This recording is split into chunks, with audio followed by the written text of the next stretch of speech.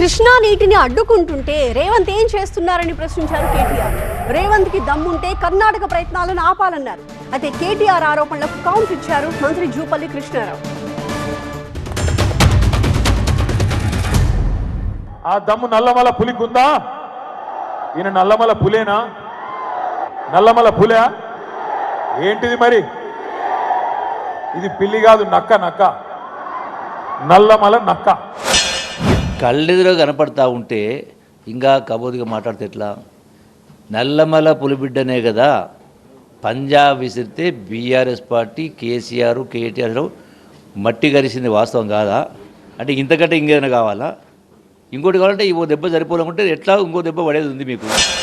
నీకు దమ్ముంటే, నీ ప్రభుత్వానికి తెగింపుంటే రాహుల్ గాంధీ దగ్గరికి పిలిపి కర్ణాటక ముఖ్యమంత్రిని ఎట్లా కృష్ణా నదిని మా నల్లగొండకు పాలమూరుకు మా రంగారెడ్డికి కాకుండా చేస్తావు, ఎట్టి పరిస్థితుల్లో దీన్ని ఒప్పుకోం అని చెప్పి రాహుల్ గాంధీతో చెప్పి ఆల్మట్టి దగ్గర 70,000 కోట్లతోని వాళ్ళు ఏదైతే ఎత్తు పెంచే ప్రయత్నం చేస్తున్నారో దాన్ని వెంటనే ఆపేయి.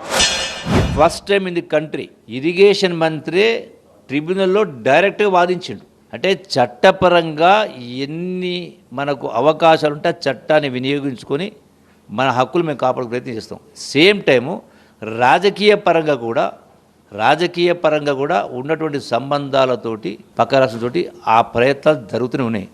అంటే మీకు చూపించి చేస్తారా ప్రతిదీ కూడా? కాంగ్రెస్ ఓలోలకు ఎంతెంత బాకీ పడ్డదో కాంగ్రెస్ బాకీ కార్డు ఇంటింటికి పంచబోతా ఉన్నాం.